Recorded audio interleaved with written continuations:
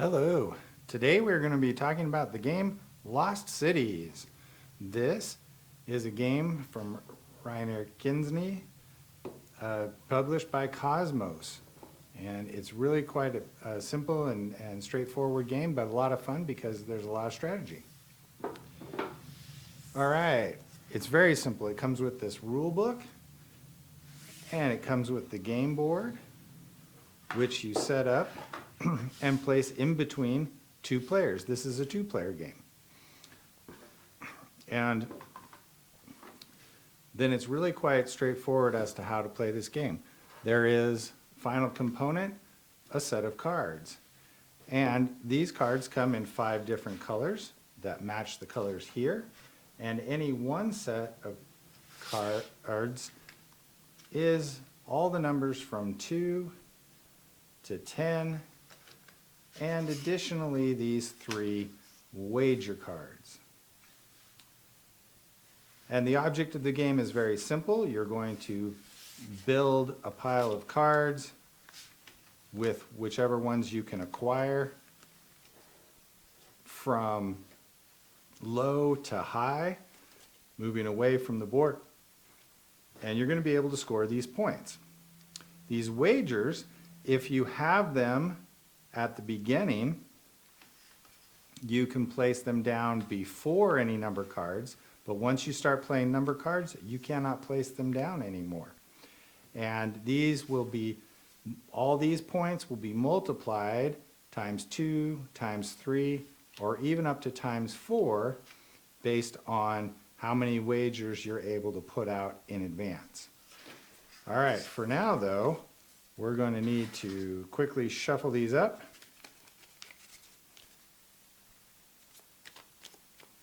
And we'll just try to get a little bit of randomization in here.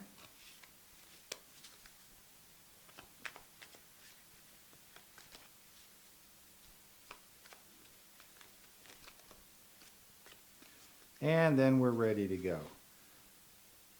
So it's pretty straightforward. Each player gets dealt 8 cards.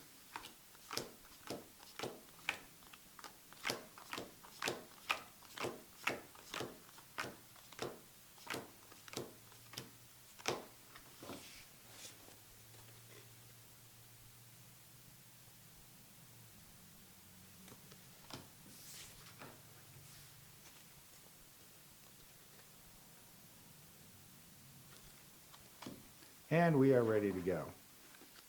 The cards will get placed off to the side as the draw pile, and then each player has theirs. So we'll take a look at the cards that I have in my hand. And so I'm going to kind of set them into color groupings.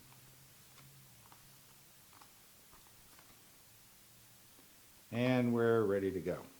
The thing to recognize is that at the end of the game, you will be scored for all of the points you receive in any colors that you put out.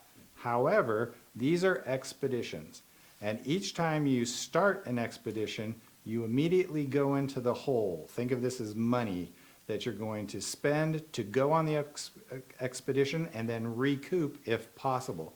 So as soon as you start an expedition, you're automatically -20. And then as you put points out, you're coming back up to 0. And then those wagers will hopefully help you to get above 0. So remember, you can end up with negative points. So you don't want to start a column unless you're pretty sure that you'll be able to get some points in that column.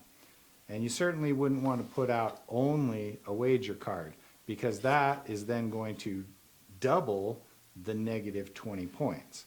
So keep that in mind. All right, let's say that I'm going first. This is my hand. I'm going to look at it. And I've got some cards over here. So at the moment, 9 plus 7, 18, 19, 20, 21. So I'm at least 1 point positive times 2. So I could at least get 2 points from this. But if I can get some more cards, that would be useful. But I have a good chance of doing so. So what I'm going to do is I'm going to put down this card to play it underneath the blue. And then I'm going to, once you play a card, then you draw a card. The other thing that you could do is, let's say that I decided I didn't want this green because I only have the one. I can discard the green to this location. If there are cards here, when I draw a card, I can draw from there. So those are your two options. You can play to here or to discard, and then you can draw from the draw pile or from the discard. So in this case, I've drawn a 4, and so we'll go from there. Now, I'm going to be the second player. And so we've got these cards available to us, and somehow I've ended up one short on this side. Wait, do I have one extra on this side? I do indeed. So let's go. We'll just do this for fun. All right. So I'm looking at this, and I'm going to say to myself, well, I've got quite a bunch of points here, but I also have an opportunity to get a good multiplier here. So maybe I decide I'm going to place that, and then I'm going to draw a card, and we'll proceed on from there.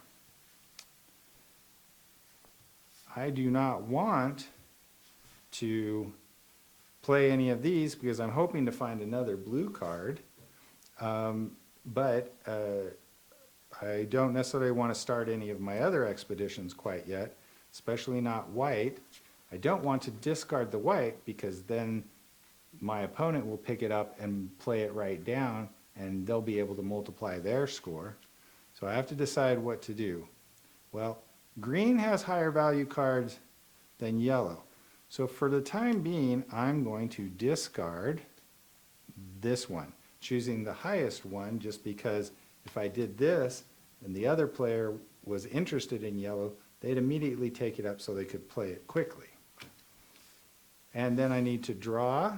I put down the 5, so I definitely don't want to take that back. And there's that. All right, moving along. Well, white, or player 2 is definitely going to play that one. Draw a card. And continue on. And the game proceeds forward thusly. I may decide at this point, I might want to play green, so we'll do that. That's going to frustrate my opponent here. Ooh, and I've drawn a good card. And so then we will continue on here. My opponent is going to play, and so they're looking at their options. They know I'm interested in blue. They're going to try to hold on to that for as long as possible. Green doesn't particularly help them. And they're going to decide maybe, since I discarded a yellow, maybe they'll discard this one and see what I decide to do with that. And then they choose from here. They've now got an interesting piece of information. I'm maybe not so interested in the yellow at this point, so I'm going to go over here. Now, the opponent over here is going to say, oh my goodness, I have an excellent opportunity here, so I want to draw that card back up. And first, though, I have to play something. Fortunately, I've got this opportunity, so I'm going to play that, and then I'm going to draw this back to my hand. And now we can see how this is. I'm going to stop here and proceed the game forward, and then we'll come right back. Okay, we are back. The game has proceeded. This is how it played out, and we're getting near the end of the game, which ends when this pile is gone. So you can see there's not much left, and you have to be a little careful to make sure that you can get the cards you want to down before you run out of this pile. So at this point, we're back to the opponent. Here's what I have left, none of which is very good for me. Here's what the opponent has left. They've been trying to find ways to get some more cards and maybe hopefully build up their score. So they're going to go here and then draw from here. None of these are particularly useful for them. There's a couple of nice cards. Then back over to here. Nothing useful to do. Nobody seems to be playing red though. So I'm gonna go ahead and put out this particular red card and then draw. Again, not helpful. Then we're looking over here and can't really discard this one as much as might want to, because they know I'll just grab it right up and play it there, giving myself not only 10 points, but 40 points. So probably the best thing to do at this point is maybe to go ahead and discard one of the red cards and draw a card, but we are perilously low at this point.